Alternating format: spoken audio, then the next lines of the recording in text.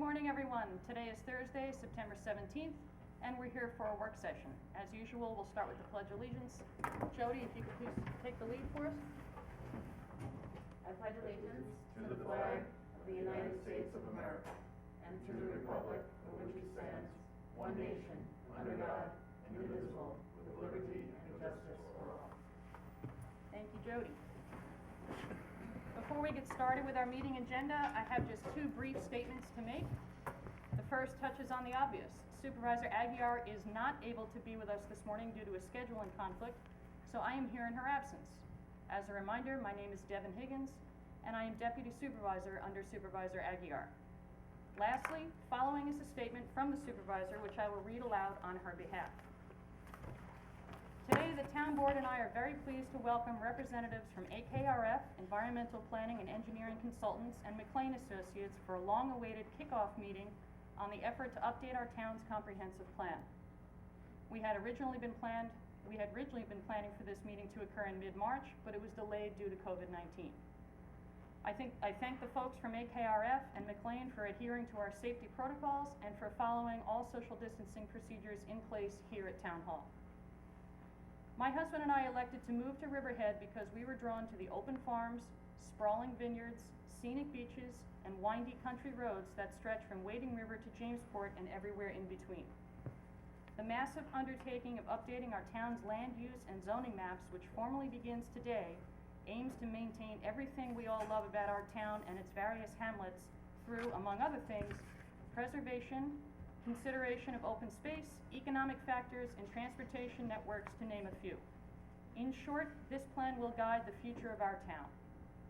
For this process to be successful, we will need input from you, our residents, continually through public forums, including stakeholder meetings and workshops. I applaud Councilman Hubbard and our head planner, Jeff Murphy, for their work with AKRF in the preliminary stages and for getting us to this point today. I look forward to hearing your comments and input and to meeting with AKRF in the very near future. In addition, I will be working with Tim and Jeff in creating a comprehensive plan advisory committee. I think I can speak for my entire council in saying that we are pleased to be working alongside Bob White and the AKRF team, as well as Ray DeBias from McLean Associates, in creating a smart, common sense plan for submission to the Suffolk County Planning Commission that will ensure a logical path forward for Riverhead. And now I'll turn it over to Jeff Murphy. Right, I think you have some introductory comments you're going to make. Good morning, everyone. How are you today? Good morning, Jeff. This is exciting. For the members of the board, most of you were able to meet our consulting team. I'd just like to do brief introductions, if you haven't already, to our consultants, Councilman Frank Bayrod, Councilman Tim Hubbard, who's going to be the liaison on the comp plan process, Councilwoman Jody Giglio, and Councilwoman Catherine Kemp. Here with us today, we have Steve Hawley from AKRF, Vin Corrado from LK McLean Associates, Ray DeBias from LK McLean Associates, Lorianne DeFalco from AKRF, and Bob White from AKRF. McLean Associates is going to be doing the transportation and infrastructure component to the master plan. So, just by brief introduction. Why are we here today? This is the kickoff meeting. This is just an introduction to you to meet the consultants and for the consultants to meet you and to give you an idea where we are with starting off this very exciting process. Why are we here today? The last time the town updated its master plan was adopted in 2003. So it is long overdue and the plan is way out of date.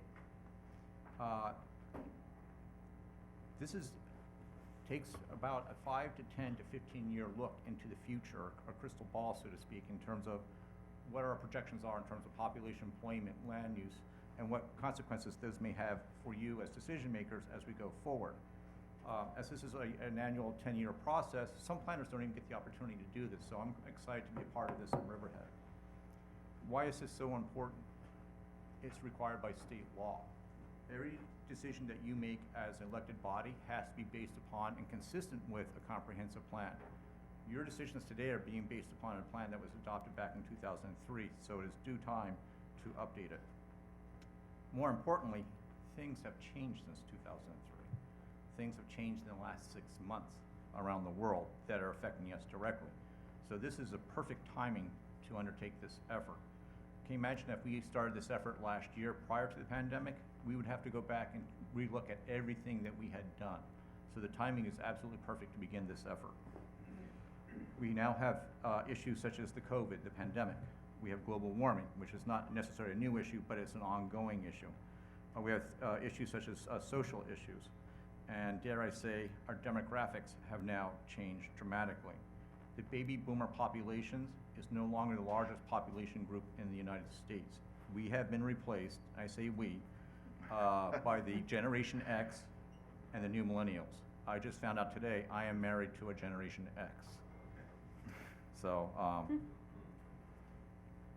and by the way, I do like to do one shout out. I apologize. Happy birthday to Greg Berman. He is now 35 years old. Hey, Greg. Oh, great. Didn't have to tell us age. I know, I'm now supervising a bunch of kids. I feel old. All of these issues that I've just touched upon affect the major subjects that are included in a comprehensive plan. Transportation, land use, agriculture, employment, population, healthcare, education, all of those are being directly affected by all of these issues I just talked about. It used to be those are the major issues of the comp plan that we focused on. Those are now the spin-offs of focusing on how are those being affected by all those issues I just spoke about. You're going to hear from Ray Tobias today. Transportation is being majorly impacted by the pandemic. Education, healthcare, land use are all being affected by it. So this is going to be a new way of looking at our projections going forward. So we hired McLean Associates and AKRF. I have known Bob White and Ray Tobias since I moved to Long Island in 1998. They have done numerous studies for me and other municipalities on Long Island, and they've always done an excellent job. We hired them not just because of their knowledge and expertise, but their companies also bring a wide range of diversity and experience in the planning process. Tim Hubbard, again, is liaison on this, so we'll be working very closely with Tim throughout this. We were shut down for a little bit during March, April, and May because of the pandemic, but the work was still ongoing doing the background data work. So we slowed down a bit, but we have not stopped doing the work. So with that, I'd like to turn it over to Bob White from AKRF.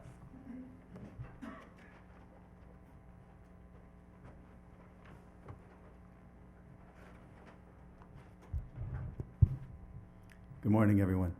Morning, Bob.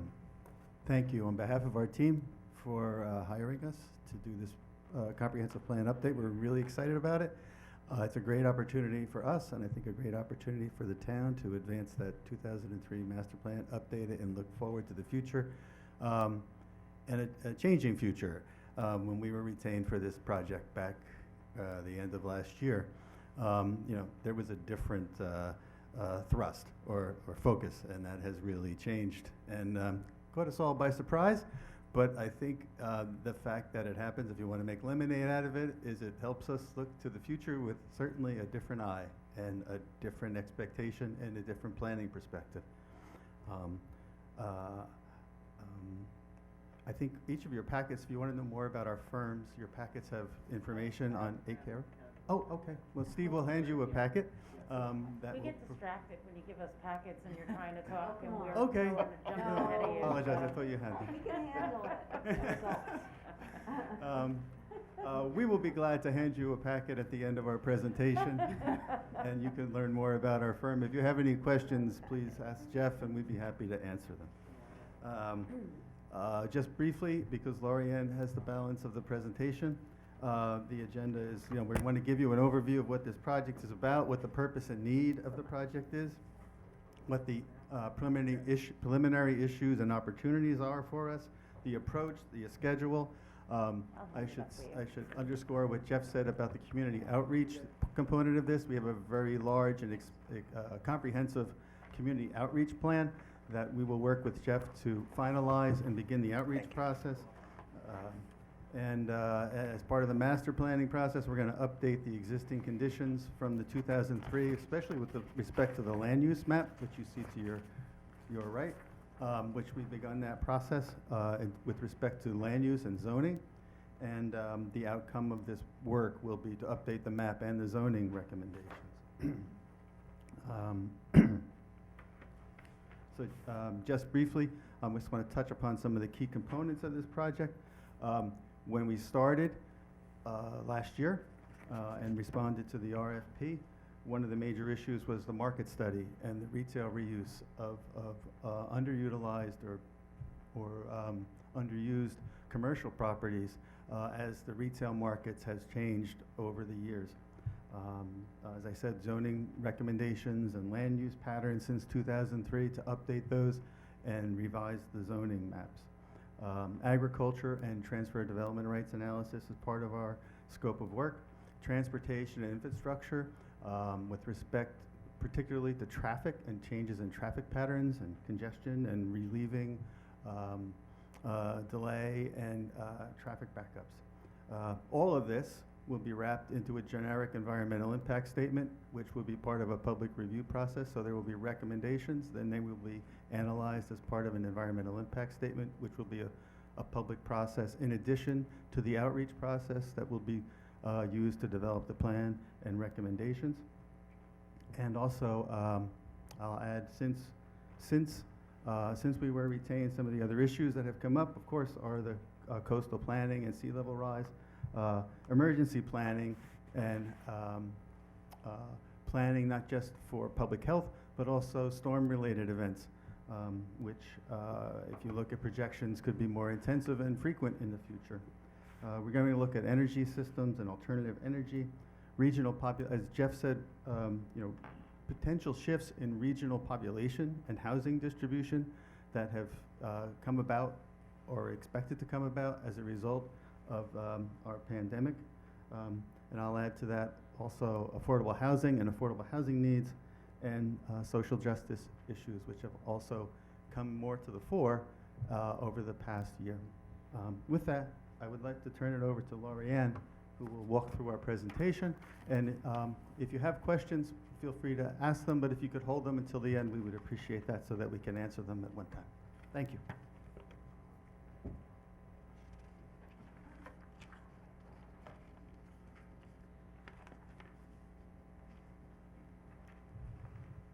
Good morning. I'm Lorianne DeFalco, Senior Technical Director with AKRF and Project Manager. Again, thank you all for having us here this morning to introduce you to this important and timely project to update the town's comprehensive plan. I think Jeff touched on some of this already. Next slide, please. But one of the reasons why we feel that this plan is so important is, as per New York State law, all town land use legislation, including zoning, must be in accordance with an adopted comprehensive plan.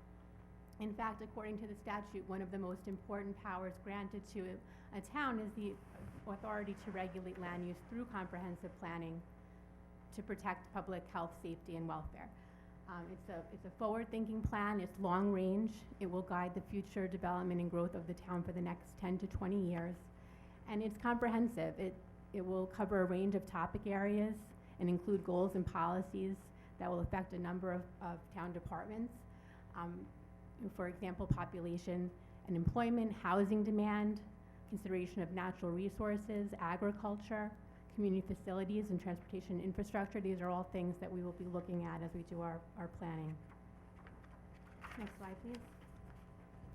So we've built in feedback loops to ensure ample opportunities for input from the town as well as the community into the planning process, so that we can receive input and integrate it into the draft and final plan. We've been working closely with Jeff and the planning department to date, and we expect to continue to meet with town officials, to have one-on-one conference calls and meetings with department heads in the near future. We will also be hosting a series of community and stakeholder engagement meetings, as well as working with an advisory committee. Next slide. This is a draft of the Hamlet map that we've been preparing over the last few months. There's also a board, the last board on the end, closest to the board members. We've been delineating the town's 10 hamlets and their boundaries. We've relied on a number of sources to date, including the 2015 zoning map, the Long Island Index, real estate websites, GIS data. We also vetted the map with the town historian and landmarks preservation committee. So this is a flexible map that we may adjust the boundaries as we go through the process, and we'll be looking for input as well into those boundaries. Next slide, please. We've begun to identify a number of issues and opportunities facing the town today that are relevant to comprehensive planning. And again, Jeff did touch on these, some of these already. Obviously, the biggest one facing not only the town but all of us is COVID-19, and this pandemic has affected our lives and how we work, and now it will affect how we plan at the local level. As Jeff mentioned, we've seen it affecting many of the topic areas that I mentioned. For example, there's been shifts in population and employment. We saw an influx of seasonal residents as folks were working from home, shifts in commuting patterns as people are working from home. We're seeing retail businesses suffering, closing, potentially offices downsizing, an increased focus on the need for local access to food and hospital services. So these are all things that we will be exploring and taking a closer look at as we do our planning and economics work. Again, sea level rise and resiliency, we understand, is also a very important issue to the town. It was not included in the 2003 comp plan, and I think we all know today why it is so important. We understand EPCAL is an important economic development initiative underway in the town. We understand that the zoning is in place on the site and that there are pending approvals that we'll be tracking, but if it's successful, could result in thousands of new jobs. Farmland preservation, we know that's important to town members. We will be, in particular, looking at the town's transfer of development rights program, the TDR program, both from a farmland preservation standpoint as well as an economic standpoint, looking at the existing sending and receiving areas as well as the ratio of preservation credits to acreage and units to see if it makes, if we can make suggestions to improve the program. We also understand that Route 58 has a number of retail and office vacancies, and we'll be exploring the potential reuse of big box stores in our economic and market trends analysis, as well as looking at demand for housing and a variety of types of housing we'll be exploring, including affordable housing, as well as market rate to support downtown businesses, perhaps. There's also ideas for micro apartments and assisted living that we're exploring. Renewable energy is also a very timely topic. It's seen major improvements over the last couple of decades, so we'll want to make sure that the town's policies are consistent with state and local goals regarding renewable energy. We'll also be taking a close look at the town's policies regarding solar farms, looking at the existing solar farm projects and projects coming down the pipeline and the land use and zoning in those locations, to both from a climate change, again, as well as an economic perspective, to see what we think makes sense for the community. We understand that transportation-oriented development and downtown revitalization are also very important to the town, and that there are separate initiatives underway in the downtown. For example, a proposal to implement a TOD zoning overlay, and we know that there's a pattern book initiative underway in the downtown as well, and we've already started coordinating with the consultants working on those projects to make sure that our efforts are complementing each other. Of course, economic opportunities and employment, always important to communities. I mentioned EPCAL. We're also tracking other employment generators in the town. We've seen gains in manufacturing. We understand there's a presence of steel manufacturers here, gains in hospital jobs. So we'll be looking at also future potential employment generators. In traffic and transportation, obviously, we know that's a big issue in the town, and something that my teaming partner, LK McLean Associates, will talk to you more about a little later. Next slide, please. So this is just an example of the type of data we're seeing coming out related to COVID-19. You don't have to see everything on this slide, but this is a snapshot for one community of the data coming out from Suffolk County. We're starting to see identification of at-risk populations. We may start seeing linkages between these populations or outbreaks and population income or density. So we'll want to take a look as best we can to incorporate this type of data into the planning and economics work that we're doing as we make our recommendations. slide, please. So in order to address all of these issues, we know there's a lot of different issues, a lot of different perspectives, and we'll be working toward a balanced plan, one that integrates the major tasks so that each one informs the other. And we want to consider all the different perspectives from social, including economic, as well as environmental considerations, so that ultimately the plan will hopefully be a sustainable plan, one that is responsive to the needs of the existing as well as the future populations of the town. And again, that's why it will be so important to have good data on demographics and population, et cetera, so that we can make sure that we are being responsive to the existing and future populations and the changing demographics of the town. Next slide, please. This is an image of our project schedule. It was initially, we still are targeting an 18-month schedule. So it is ambitious. It is a flexible schedule. It had to be flexible with when the pandemic hit. But we kicked off the project in January, again, working closely with Jeff and the planning department. We've done a lot of background reviewing planning studies. We've updated some of the existing conditions maps in the town. I'll talk to you more about the zoning map. I mentioned the Hamlet map. We've begun to, again, collect and summarize issues of concern as well as topic area analyses. And we have a draft outreach plan. We were originally envisioning that the outreach would have been completed by now. Now we're hoping to kick it off this fall. And we'll be submitting to the board an updated draft outreach plan shortly after these meetings, as we're just finalizing what the new norm looks like and what the changes that we think we need to make to the plan that we originally envisioned before the pandemic. So we will also get you an updated schedule as well to review shortly, with some more details about exactly when we envision those meetings to happen. So next slide. This slide shows our scope of work. Activities that are shown here have already been completed or are underway. I think I've spoke to most of these already. We will continue to inventory existing conditions. I'll talk to you a little bit more about those on subsequent slides. Next. So these are some of the activities that are still to come.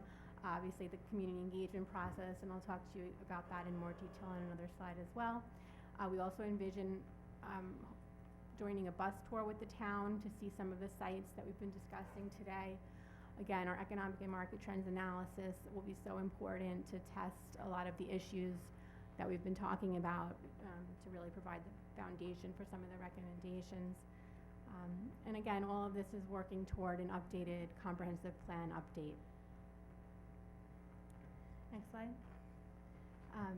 So again, we have a draft outreach plan prepared. In the beginning, I think this is an image of what we thought the community meetings might look like, and now we're thinking that they will likely be virtual meetings this fall, but again, we're still working out the details of that. We do envision an advisory committee that will consist of about 7 to 10 members representing a cross-section of the community, representing select disciplines that are relevant to the comp plan. And they can be a liaison to the public. We'll also be meeting with the public as well as stakeholder meetings, perhaps the BID or the Chamber of Commerce. And we also are scoped to do a public attitudinal survey. This would be a web-based survey to gauge residents' feelings toward different issues that are relevant to the comp plan. And we actually met with Urban Design Associates to sort of take notes, as we know they've conducted a couple of surveys for their pattern book. So we want our efforts to complement each other. And we'll support the outreach process with some of the existing conditions maps that you see here today.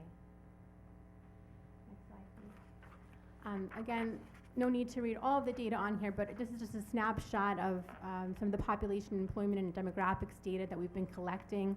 That again is going to be so important to this effort to make sure that we really understand the demographics of not only the existing population, but the future population that this plan will affect in the coming decades. We know Riverhead has seen dramatic population growth in the last couple of decades, and we expect that to continue over the next couple of decades. We've seen, of course, these projections are all pre-COVID, so we will have to consider whether there's new or better data that would affect some of these projections. We saw employment gains, again, in manufacturing, in hospital jobs, even in retail since 2003. Well, again, now we have to see whether that may shift going forward in the wake of the pandemic. So we'll continue to stay on top of all the latest data coming out. Oh, I did want to mention that the Census 2020 data is also coming out in March 2021. So that's another key data point that we'll want to look at when it comes out. Okay, next slide. And this is an image of one of the zoning section maps that we've been working to prepare. We've been working to update the town's 2015 zoning map. We broke it up into 4 different sections. So as you see here, the middle board shown here. We used a combination of color and black labeling colors to show the major types of zoning districts, such as residential versus commercial versus agriculture. We have black labels to distinguish the specific zoning districts. These also include all of the changes since the 2015 zoning map as per town resolutions that we intend to have a summary in the legend of. And this is still draft, so please just keep that in mind. We will be, there's a couple more updates that need to be made, and then we may incorporate future zoning recommendations at the end of the process as well. Okay. Next slide, and I think with that, I'm going to turn it over to Ray DeBias with LK McLean Associates to discuss transportation and infrastructure elements of the plan.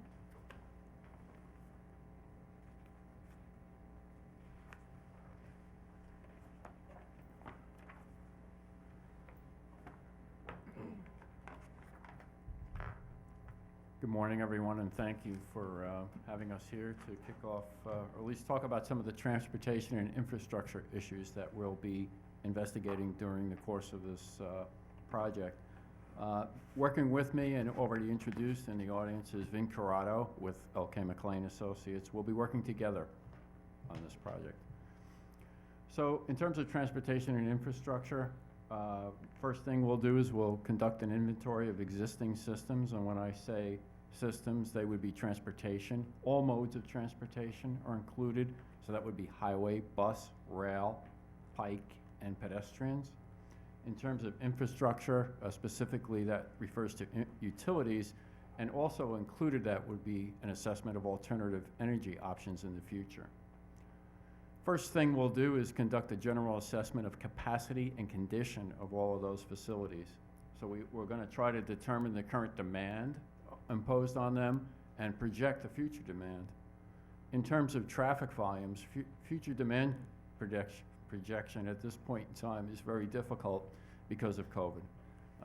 To be honest with you, there are projects underway. This is being a planning study, so we'll be looking at traffic volumes in a short-term situation and a longer term. We're going out 10, 20 years. There are projects right now that are under design that have state aid, and they're in a state of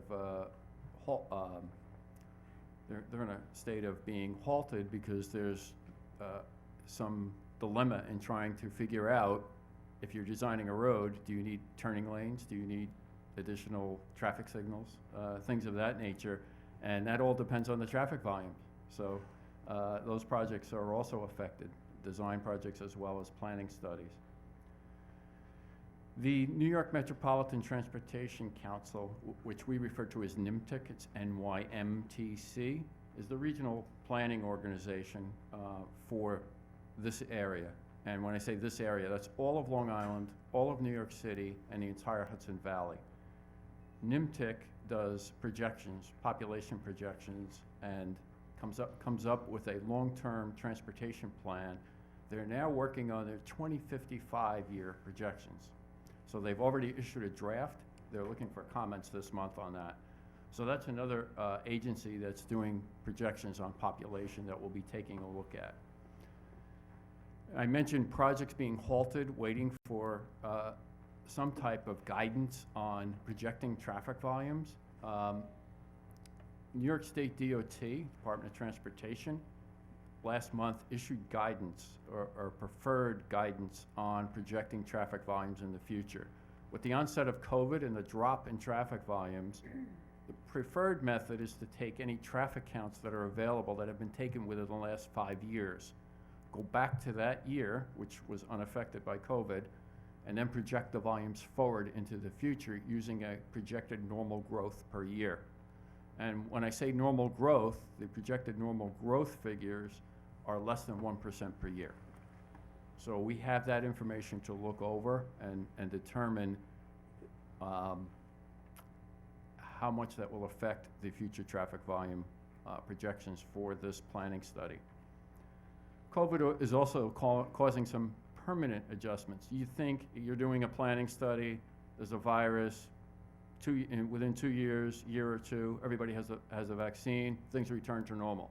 There are permanent changes that have happened because of the virus, the COVID virus. They're gonna be upon us. So there's some permanent adjustments that need to be made as well. For example, you have people who were sent to work at home who are permanently working at home. You have retail stores in downtown areas that have gone bankrupt, and probably the smaller stores. And in addition to that, some of the huge department stores are not gonna come back. And you have a situation, at least in eastern Long Island, with city residents with 2 homes are taking their entire families and moving them to the second home and enrolling them in school. So you've got a lot of things that are happening in addition to the recovery that's gonna happen in the future. You're gonna have a situation where you have some permanent things you have to look at as well. At this point, I have 2 boards, and I think on the camera, if you just go to my left, the first one being the actual effect on railroad ridership within the last, no, I don't believe I have a slide on that. You want to just, no, I don't. So we're just gonna have to rely on that. And I know it's hard to see up here, but in general, this has figures early this month from Long Island Railroad. And this is system-wide, so it's not specific to the East End or town of Riverhead as well. And these figures show that the railroad ridership is down about 70 to 75% on an average weekday. So what's happening is the traffic volumes have already built up on the roadways. If you go in western Long Island, you've got traffic congestion, similar to what happened before COVID. So you have a lot of people, either because they've lost their jobs or because they're impacted by COVID and don't want to ride on the train with other people, that they're going to say, I'm going to take my car as long as I can because I'm really concerned about COVID. The second board, which I'll just lift up the first one.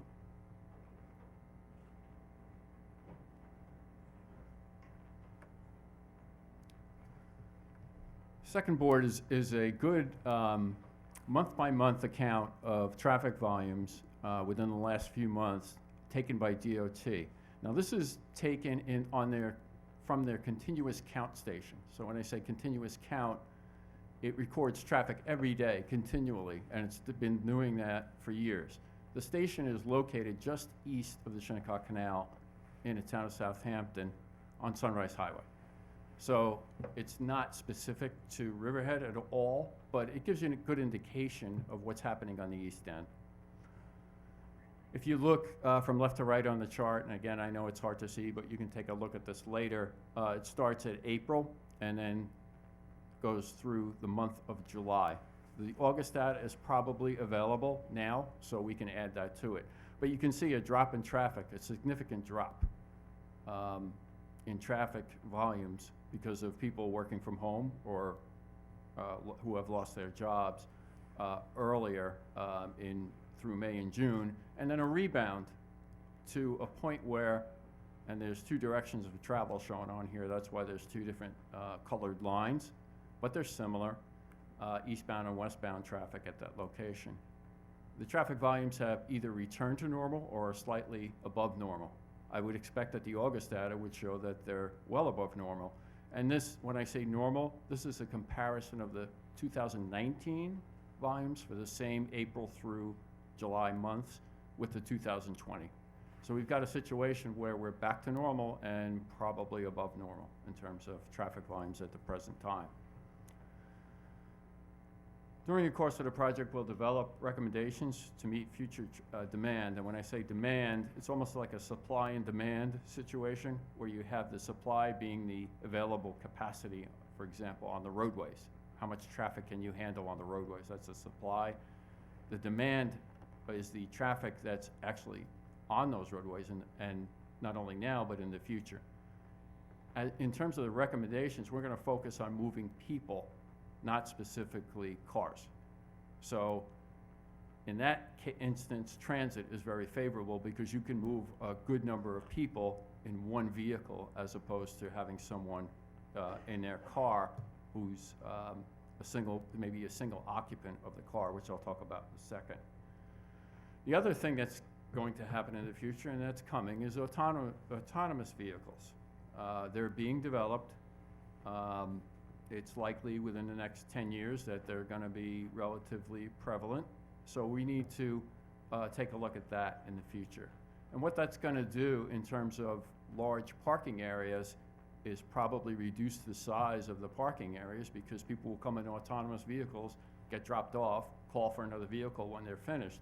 So you're going to have a transition from huge surface parking areas at certain land uses to more drop-off areas, drop-off lanes for vehicles picking up and discharging people. Next slide, please. So we're going to initially inventory the existing transportation system. This just gives you an example of the number of miles of roadways of New York State, Suffolk County, and town roads. You see the town roads are significantly higher than the state and county roadways that are under their jurisdiction. Public transportation inventory, we know we have one railroad station in Riverhead and 5 Suffolk Transit bus routes. Next slide. These are the existing travel characteristics that these were taken from the, I think it was the 2018 county study, countywide study, if I'm not mistaken. There's nothing super unusual here. Most trips are shorter. Essentially half the trips are 0 to 10 miles in length. That's typical on Long Island. You see that the longer than 20 miles are probably people commuting elsewhere. That's up to 25%. And in terms of the trip mode, you notice that most people are driving alone. 83% of the trips are people driving alone. And living on Long Island for years, I think you all know that people love their cars and they love to drive, and they'd rather, if they have the option of taking transit, you know, even maybe if it might not be that much more additional time, they'd rather drive alone to where they're going. You notice that transit's only 1%. Even in a place, I remember probably 20 years ago, 20 maybe more, in Ronkonkoma, there was an extensive determination of the people taking transit in that area, and I believe the number is 4%. So the transit percentage is not big, but the number of riders per day from that percentage is significant. Next slide. So in terms of the infrastructure, and I mean utility services and alternative energy, these are listed here, what we'll be looking at: drinking water, sanitary and sewer, electric service, alternative energy, and AKRF will lead that effort on alternative energy. We know solar energy is a very important issue in the town. We know there's questions about the type of technology that is being used, and are there environmental impacts associated with that? And do the benefits outweigh any environmental impacts? There needs to be a more detailed assessment of those factors. Also natural gas service, solid waste, cellular telephone is expanding now with 5G service being proposed, Wi-Fi service, cable TV, and internet. Next, please. So just to summarize, these are just some of the things we'll be taking a look at, and I mentioned a lot of them under COVID in terms of short and long-term impacts: population and demographics, employment, work from home, relocation of New York City to suburbs, which could be permanent or could be temporary just for COVID. Homeschooling going on in homes. I mean, we have a lot of young couples who are both working. Now, all of a sudden, they have to educate their children at home. One of them has to be able to stay home and maybe work from home. I don't know how some of these people are doing that. Hopefully, the return to school is not a very short return to school. And then transportation and infrastructure. The impact of e-commerce in terms of retail, brick and mortar stores closing, redevelopment of former commercial properties into maybe housing, maybe more office space as office companies realize that maybe we don't have to pay the high rents in Western Long Island or New York City. We can move our office a little further out east because a lot of our people are going to be permanently at home. There's a lot of things going on here. And again, it's a supply and demand situation. And the future impact of EPCAL, of course, Jeff already mentioned it, it's very important as an employment source, a tax base as well. The roads and highways providing access to EPCAL and for future development. The impact of rail freight, the freight line that runs into the EPCAL site. And I should mention too, Long Island Railroad is now looking at the relocation of its Yaphank station further east, very considerably close to the Riverhead border. So while it's not in Riverhead, there may be some impacts in terms of vehicles getting to the station. They're trying to take some of the load off of Ronkonkoma, which has a huge parking issue, at least pre-COVID. So they're talking about a study. Our understanding in talking to the railroaders, they've narrowed it down to two sites where they'd like to see a Yaphank station. That project may be put on hold due to COVID because it's a non-essential project that doesn't have to happen now as the railroad's cutting budget to save money. And again, as already mentioned, we'll be looking at sea level rise and alternative energy in terms of global warming impacts. So next slide, please. These are just the next steps that are listed. We've talked about some of them already, most of them. The advisory committee formation, meetings with town officials, public attitudinal survey, stakeholder meetings, and community-wide meetings. This is the end of our presentation, so I think any of us would be happy to entertain your questions. So when it comes to EPCAL and the traffic and the employment, tax base, roads and highways, and rail freight, have you analyzed the generic environmental impact study that the town spent near $1 million on just EPCAL and the roadways surrounding it? We have not, but we will be incorporating that into the scope of work for this project. Yeah, so, yeah, that's important that you get that study. It was a 2-year-long and zoning change, and we're under contract, prohibited from changing the zoning within that property for the next 5 years. So Okay. I don't know that you would spend a significant amount of time on that per se. Yeah, the horizon of the study or the years that we'll be looking at will be beyond 5 years, so, yeah, I that's. think it's, right now it's set for maximum build-out and based on the zoning that we did a very comprehensive study on, including widening all roadways based on the population of employment at the property and what advancements we would have to make in improving roadways in order to accommodate the number of people entering and leaving the property. Right. Okay. Glorianne, do you want to add anything?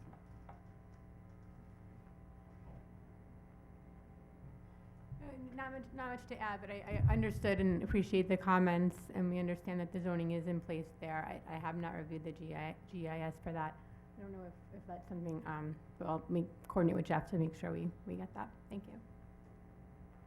So I have a few things. First, I want to say that I'm delighted to have you here. I'm delighted to get this process started. I worked with Jefferson and some others on the selection committee, and I feel like that was about a year ago. But I also like how you talk about, instead of talking about issues, you see them as opportunities. I think that's a great point, and even though we did get this delay, which was frustrating because we need this as a tool, it certainly did work out that it was done after this whole COVID pandemic hit, because you bring up a lot of points on things that have changed due to that, and obviously, things that have changed permanently and things that have changed for at least a long period of time. So I like the positive spin on all of it. Just a couple things, you did mention that steel and healthcare are big businesses here, and the healthcare actually, as Peconic Bay Medical Center has grown, the healthcare and doctor's offices and such are booming here. And I think you already know this, but I would mention that agritainment, of course, is very big here, and agriculture as well. And if you're doing traffic patterns, you're gonna see that shortly. As you look at traffic patterns, you're gonna see we have major traffic issues tied to, that we've been addressing, tied to our agritainment. When you put together the advisory committee, I would suggest, I don't know if this was already considered, but since you did mention that education is changing and it also ties in with the changing population, I think that it would be a good idea to put a representative from the school district on any advisory committee. All right, great. I'm pleased that you've already been working with Urban Design Associates. I've been very pleased with our work, with the work that they've done for us, and you probably know this, but just to mention all of the data and information that UDA gave to us, I had that all put on the town website. And just wondering, you bring up the point, which is major for Riverhead, the flooding is big in our downtown area. The flooding is big, and actually flooding all around throughout the town. And I'm just wondering if you would tie in the need with, if that, it would be under your purview to tie in the need for green buildings, particularly like in the downtown area, if that ties in with the flooding, addressing the flooding?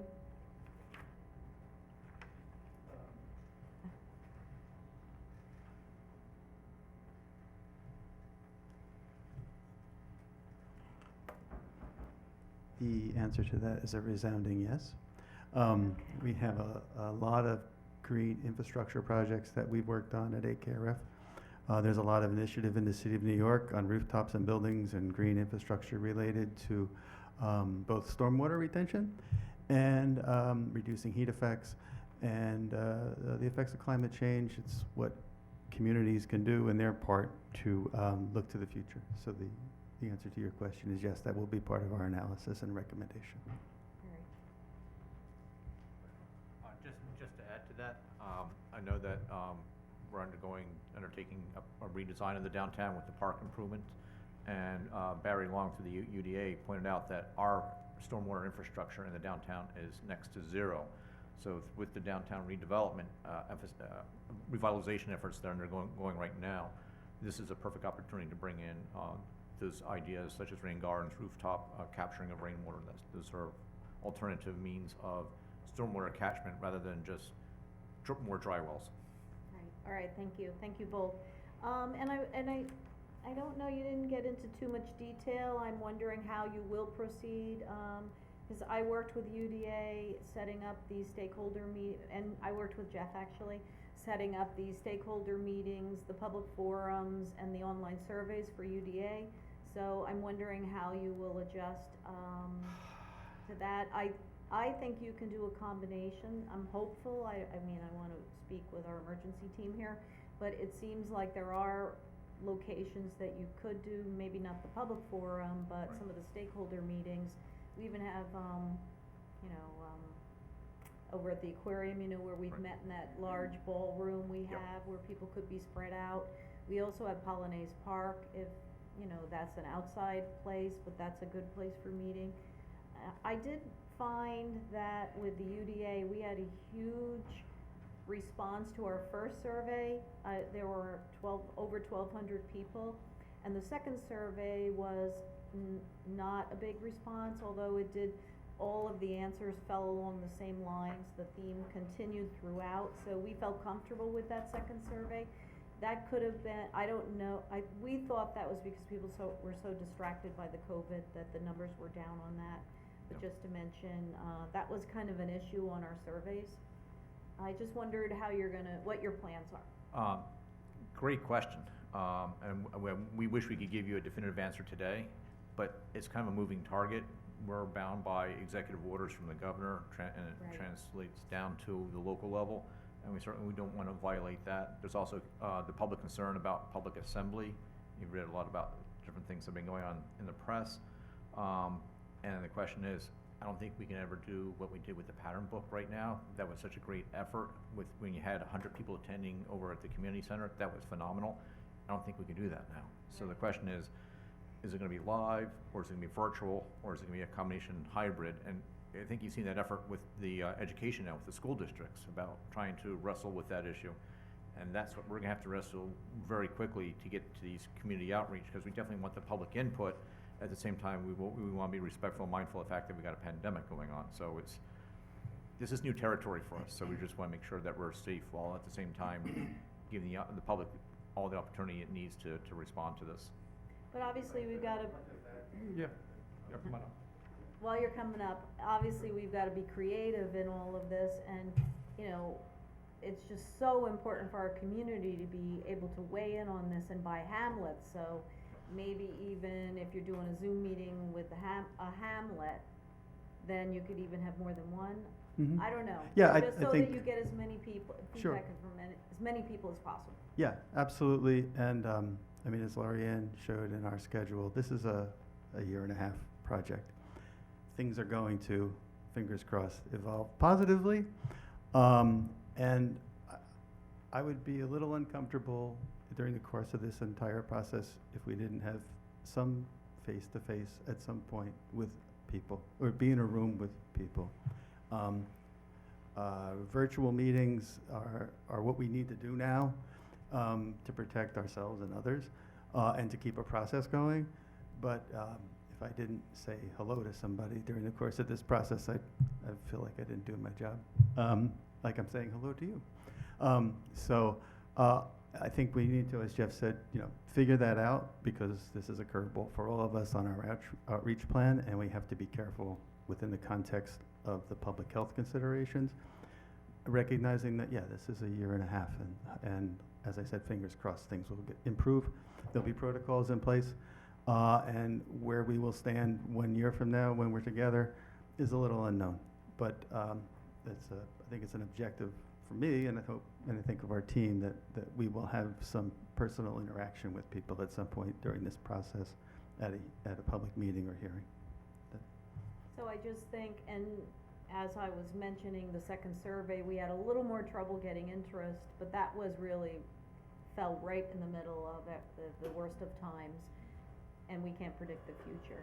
But I think that it's going to be very important for us to publicize this and really get the word out, because this is such an important tool. And even just the little information you gave us already, for example, that you might not have as much of a need for a large parking lot as drop-off places. I mean, I'm finding it already fascinating what you've learned in a small amount of time. So I just think that we need to be really creative and work hard to figure out ways that our community gets to weigh in. Absolutely. Thank you.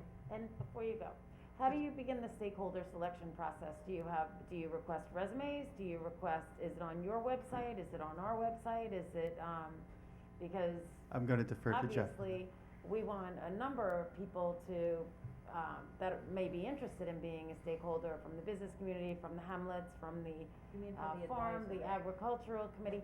So having all of those people from all the different interests put in a resume or an application to express interest, then the town board can deliberate as to who we think would be most beneficial to be the lead on all of these, all the diversity that we have within our communities. Okay.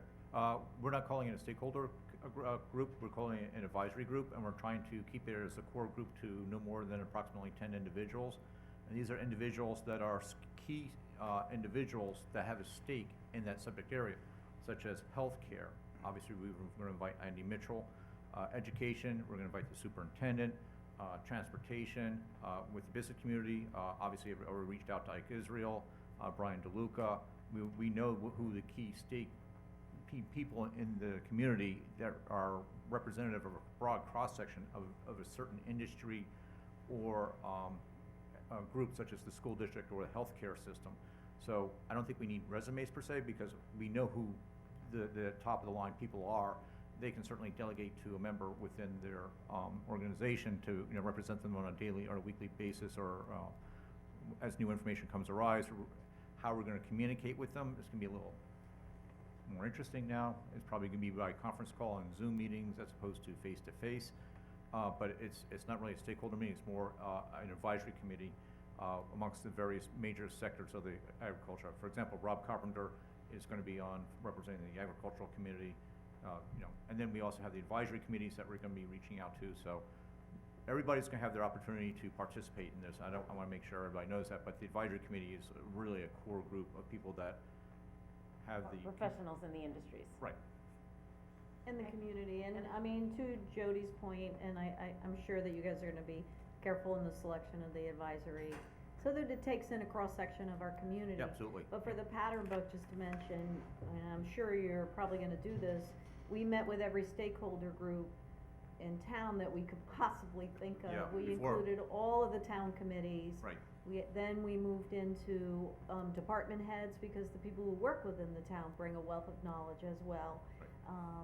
I think civics, obviously you're gonna bring in all the civics. Yeah, there's- The school district, maybe even some of the parent associations, and, But the- business groups. Yeah, but civics would not be a part of the advisory, but they were gonna be doing outreach. No, I'm not talking about the advisory. I know the advisory is We're gonna be meeting important, with them and that's one-on-one, a yeah. smaller group. I'm talking about as you start having meetings, which I think you're leaning towards doing all those via Zoom for safety reasons. Chip's gonna be very busy. I have a couple of comments from the back. First of all, I think this is a really exciting time. Just watching your presentation and thinking into the future and how things have changed so much in just a few months, and what our community already has gone through and what it could potentially turn into and go through again. I am a businessman, but I'm also the resident farmer on the board. I find it very exciting. We've been working on the TDR component in this town for preserving farmland for many years. I think that this is an opportunity to accelerate our efforts of the past few years, like was mentioned earlier, for economic reasons, but for preservation reasons. Farming is more important than ever right now. Having our own food source dedicated to our community is a great time, but we have to make sure that we're vigilant about preserving the farmland that's left. The importance of maintaining strong, profitable, and vibrant farm industry is going into the future is going to be more important than ever. And lastly, I just said to say I met with the Chamber of Commerce this morning. They're very excited about this as well. They want to participate in any way that they can. The lady Leslie from Tanger reached out to me. She's very interested to see what's going to happen. Bob Kern, of course, the Chamber chair. They're all very excited. So thank you for being here, and thank you for your presentation. This is an exciting time, and as we know, 2003 was a long time ago.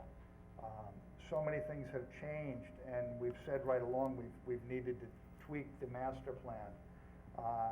Now having the opportunity to redo the entire master plan is extremely exciting. To see the future vision of what the town can be, what it should be, and to have the input of the community to be able to work with this is awesome. I actually worked on the 2003 plan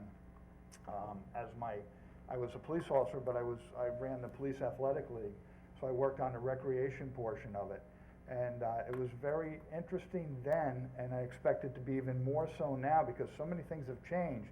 And like we say, just from March, how the world has changed.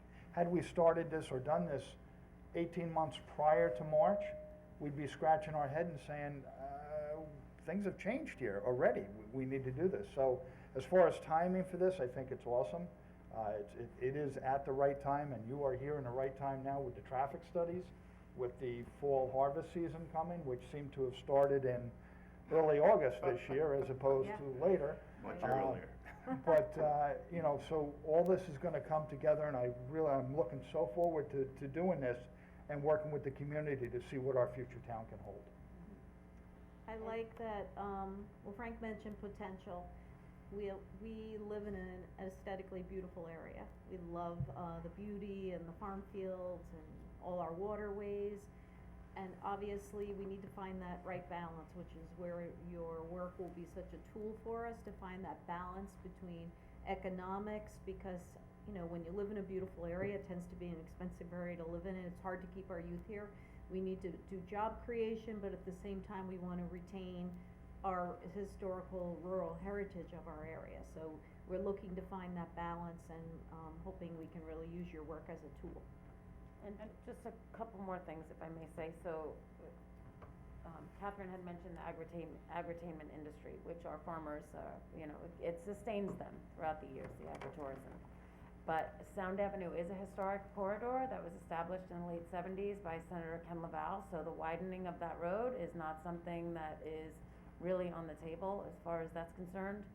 And then also in the Calverton 11933 area code, it seems like when the master plan was done, that all the industrial development and all of the industrial was proposed along Edwards Avenue and along 25, and then with the future build out of EPCAL, it's that will be a tremendous stream. But as I said, we've done several traffic studies on that area based on what the zoning is now. The sending and receiving areas for the TDRs, and we're fortunate to have Frank on the board with us because he's been a staunch advocate, as we all are, for our farming industry. But it seems like the sending areas are plentiful and the receiving areas are very few. We also have recently done a master plan update a few years ago in the Wading River Hamlet, where we hired Fish. Yep. So that was an update to the comp plan that you should also be looking into, because these are areas that were studied extensively that, you know, to reinvent the wheel when it was just done a few years ago is something that I would rather have you focus on. Route 58, the downtown area where we have recently, based on the BOA study, created the National Historic District. So we have many beautiful homes that are historic structures, that are multifamily, that are fallen into disrepair, and the threat of losing those historic structures in the village to the north of Main Street into larger buildings and 5-story buildings and things of that, and those structures coming down to accommodate that is something that I would not like to see. So just the reuse of those historic homes, maybe from multifamily into office, and creating the multifamily elsewhere, and creating a vibrant walking community downtown now that we are maxed out on the number of apartment built units in downtown, which was set at 500 in 2003. Also, I believe we have our fair share of affordable housing in the town of Riverhead, and we do need more market rate. We have several, you know, manufactured home parks and senior housing that is affordable, including several affordable apartments and a lot of rentals. And I think that we really need to look at places for ownership opportunities in perhaps a hospital zone around the hospital, so that the doctors and nurses that are there can walk to work, you know, create garden type townhouse settings, and, you know, with those big box stores that are, you know, getting their, you see a sea of asphalt. So going from the, you know, blacktop to green, and creating garden apartments and those type of Melville Place type things in ownership opportunities. So that's what I envision for Route 58 with the replacement of the big box stores, is affordable ownership opportunities, because we have plenty of affordable rental opportunities. Just to add on what Jody said, also there is a dire need for assisted living. Yes. That's something we certainly need to entertain and look at. And I love the idea of building up our historic district. We still have a lot of beautiful homes in the downtown area that have never been redone, and we could really build upon that whole historic district downtown, which I think would really add to our downtown area. As on Route 58, we need to figure out how to reuse our box stores. and I'm sure you guys have figured out that Route 58 and downtown have often competed with each other. I think we need to figure out a way that downtown and Route 58 can complement one another instead of competing, because, I mean, if you're going back years and years, Route 58 kind of killed our downtown area. And both of those particular areas are on sewer, so a lot of, other townships have sewer envy of the town of Riverhead because our largest corridors in our downtown are with sewers, so really any type of use can go there. And I would just add, I heard an expression recently, and it kind of echoes what Lorianne mentioned just before. Somebody was referring to one of the hamlets in Riverhead Town as a Zoom town. So I guess this is a new expression people are using to describe these areas that are, I don't know what it's. Generation Z, I don't know where we're going after Generation You know, Z. where people are, because of the pandemic, Run out of letters. they're using these other areas, these Zoom towns, as places where they can Zoom to work remotely, and Zoom to school, go to school remotely because of the pandemic. So I think this is really fortuitous that you guys are doing this now, taking this on now, in light of everything going on with the pandemic, and I think it represents a tremendous opportunity for the town of Riverhead here to really get this right in light of everything going on. And I work with the town recreation, committee, and along the lines of the pandemic, people are doing a lot more things outside, and we need to think how that has changed things and have more opportunities for recreation in the town and outdoor activities. Okay. Okay, so there's our wish list in a nutshell now, just kidding. So, We'll think of about 50 more things tonight. in terms of population groups that we need to reach out to, especially with the Generation X and the group after that is known as the millennials, they are our future. So we really need to engage them. I talk with Greg on a daily basis, and Brian and John. He's I the don't old know, man of the Greg group. had a birthday today Yeah, now, I don't know. if Greg we- is now the old man of the group. He's 35, and the other planners are in their 20s. So, I'm relying on them because I'm an old fogey, to them. So, I need to keep them in mind as we make decisions going forward. And I welcome their enthusiasm and their youth. They bring a lot to the table. They're the new planners for our profession, and it's exciting to see what they have a vision for the future. So I'm really going to be engaging them in this whole planning process. Well, the advisory committee needs to be diverse in every way. Absolutely, and age is part of it. Take in a broad section and, think of maybe some different people that represent large groups that hasn't necessarily been involved before, but have ideas and will bring something different to the table. Devin is a Generation X. Yes? Well, it's clear to me that we have assembled the right team. Yeah. I don't know what she's talking about with those Zoom communities. She's already enlightening me. Yeah. So we're, just to wrap things up, we're gonna be meeting with the planning board this afternoon with basically the same presentation to get their input. They're obviously a very important part of our community. And then, we're gonna, finish up the creation of the advisory committee, meet with them, meet with the department heads, start having the community meetings. And we hope to have that first round wrapped up by the end of this year. So we have a very ambitious schedule. The governor's executive order and what happens with the pandemic is going to cause us to be a surfer on the surfboard and be flexible and dynamic as to what challenges that await us. And thank you. Guys, thank you Thank very you. much. Thank you so much. Thank you. Thank you. Okay, so we're gonna move on. That's the only item that we had on for open session today. So we're gonna move on to executive session, and we'll discuss one matter, which is matters surrounding the hiring of an employee. So can I have a motion to enter into Motion. exec session? Second.